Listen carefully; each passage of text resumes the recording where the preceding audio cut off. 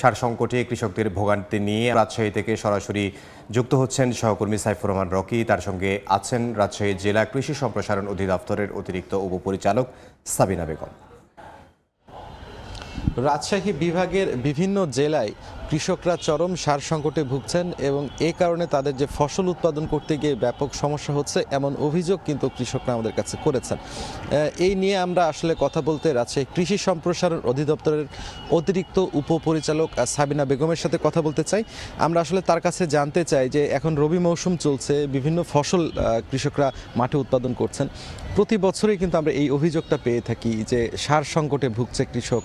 তো আসলে এই বিষয়গুলো নিয়ে আপনারা কাজ করছেন কিনা এবং এই সংকট কাটিয়ে ওঠার জন্য আপনারা কোনো পরিকল্পনা গ্রহণ করছেন কিনা? আচ্ছা, ধন্যবাদ আপনাকে। প্রথমে একটু বলি যে সারের পাশাপাশি এই যে সংকট শব্দটা, এটা কিন্তু একটু ভীতকর একটা শব্দ। সংকটটা আসলে ব্যবহার করা ঠিক না। কারণ আমি যদি রাজশাহী জেলার কথাই বলি, আমাদের রবি মৌসুম চলছে আজকে 18ই অক্টোবর। আমাদের কিন্তু পর্যাপ্ত মজুদ আছে। যদি ইউরিয়ার কথা বলি 3495 মেট্রিক টন ইউরিয়া, টিএসপি আছে 597 মেট্রিক টন, এমওপি আছে 1100 মেট্রিক টন এবং ডিএপি আছে 1682 মেট্রিক টন। এটা কিন্তু তাত্ত্বিকভাবে না, এটা গোডাউনে আমরা গোডাউনেই আছে, মজুদ আছে। সেক্ষেত্রে আসলে যদি বলেন যে হলো সার সংকট বা সার নাই, হাহাকার, এই ব্যাপারটা আসলে আমার মনে হয় কি এটা জাস্ট প্যানিক সৃষ্টি করা। হ্যাঁ, এটা কখনোই হয় না। এবং আমাদের রবি মৌসুম চলছে, আমাদের মাঠে মাঠে গম, সরিষা, ভুট্টা এগুলোকে তো আমরা অ্যাসিভ করছি অলরেডি। কিন্তু আমরা যখন মাঠে গিয়েছি, কৃষকরা আমাদের কাছে অভিযোগ করেছেন তারা কিন্তু ডিলারদের কাছ থেকে পর্যাপ্ত পরিমাণ সার পান না। তাদের কারো হয়তো 10 বস্তা সার দরকার, সেখানে তারা 1 বস্তা পাচ্ছেন, তাও ঘন্টার পর ঘন্টা দাঁড়িয়ে। সেই জন্য কিন্তু তারা অনেক ক্ষেত্রে বাধ্য হয়ে খুচরা ব্যবসায়ীদের কাছ থেকে নিচ্ছেন। আবার অনেক ডিলার কিন্তু আমরা দেখেছি যে খুচরা ব্যবসায়ীদের কাছে তারা সার বিক্রি করলেও কৃষকদের কাছে সার বিক্রি করতে অনেকটা গড়িমসি করছেন। তো এই ধরনের অভিযোগ কিন্তু আমরা পেয়েই থাকি। তো এই ধরনের অভিযোগের সত্যতা পেলে আপনারা কি ব্যবস্থা নেন? হ্যাঁ, ধন্যবাদ। কৃষি সম্প্রসারণ অধিদপ্তরের টার্গেটই কিন্তু কৃষকের সার, বীজ এগুলো নিশ্চিত করা। সারটা খুবই ইম্পর্টেন্ট একটা উৎপাদন উপকরণ। সারের ক্ষেত্রে আমরা খুবই সেনসিটিভ। হ্যাঁ, সার যাতে পর্যাপ্ত পরিমাণে পায়, কখনোই যেন কোনো খারাপ পরিস্থিতির সৃষ্টি না হয়, সেই ক্ষেত্রে কিন্তু আমরা সবসময় আমাদের সারের প্রতি মনিটরিংটা খুব জোরদার থাকে।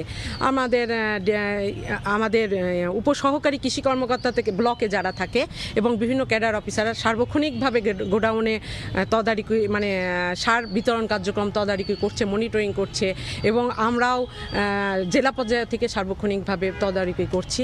আর যেটা বলছেন যে সার পাচ্ছে না, আসলে কি এটা বিচ্ছিন্ন একটা ঘটনা। মাঝে মাঝে বিচ্ছিন্ন কিছু ঘটনা ঘটে। সার যেখানে প্রয়োজন, আমরা বলি যে ডোজ আছে, তো প্রত্যেকটা ফসলেরই ডোজ আছে।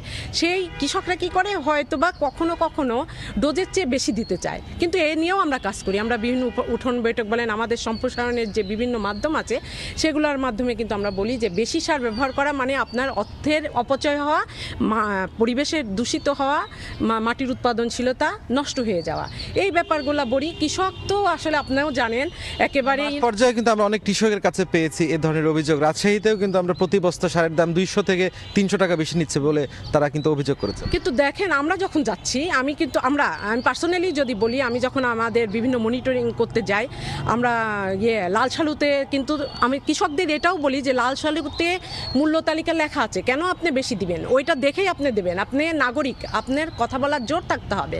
আপনি কেন ক্যাশ মেমো ছাড়া সার কিনবেন? ক্যাশ মেমোতে তো উল্লেখ থাকবেই, তার কৃষকের নাম থাকে, মোবাইল থাকে, ঠিকানা থাকে। আমি এই তো গত 2 দিন আগেও ক্যাশ মেমো থেকে যখন কৃষকের মোবাইল নাম্বার নিয়ে ফোন করলাম, তখন কিন্তু ফাইন, হ্যাঁ আমি পেয়েছি, কোনো অতিরিক্ত টাকা নেওয়া হয়নি, আমি ভালোভাবে পেয়েছি। এবং আমি স্পষ্ট বললাম যে আপনি কত টাকা কেজি পেয়েছেন, সেটাও সে স্পষ্টভাবেই বলল।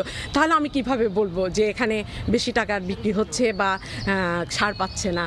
আমাদের মনিটরিং অব্যাহত আছে। যদি আমি বললাম ব্যত্যয় ঘটে থাকে, আইন আছে। আমরা উপজেলা প্রশাসন, জেলা প্রশাসনের সহায়তায় মাঝে মধ্যেই মোবাইল কোড করি। আর ডিলারের কথা বললেন, ডিলারদের পারফরমেন্স রিপোর্ট প্রতি বছর ডিসেম্বরে দেওয়া হয়। যদি ধন্যবাদ আপনাকে সাবিনা ইয়াসমিন আমাদের সাথে এতক্ষণ যুক্ত ছিলেন। রাজশাহী কৃষি সম্প্রসারণ অধিদপ্তরের অতিরিক্ত উপপরিচালক উদ্যান তিনি। আপনারা এভাবেই আসলে আপনাদের মনিটরিং কার্যক্রম চালিয়ে যান এবং কৃষকরা যাতে সহজেই তাদের ফসল উৎপাদন করতে পারে, তাদের উৎপাদন ব্যয় যদি কমে আসে তাহলে ফসলের ন্যায্য মূল্য তারা নিশ্চিত হবে এবং যারা ক্রেতা আছে তারাও কিন্তু কিছুটা হলেও কম দামে বিভিন্ন ফসল কিন্তু তারা খেতে পাবে। তো এই ছিল আমার কাছে রাজশাহী থেকে সর্বশেষ। রাজশাহীতে আমরা একটি আলোচনায় ছিলাম, আমাদের সহকর্মী সাইফুর রহমান রকি ছিল এবং তার সঙ্গে ছিলেন একজন অতিথি।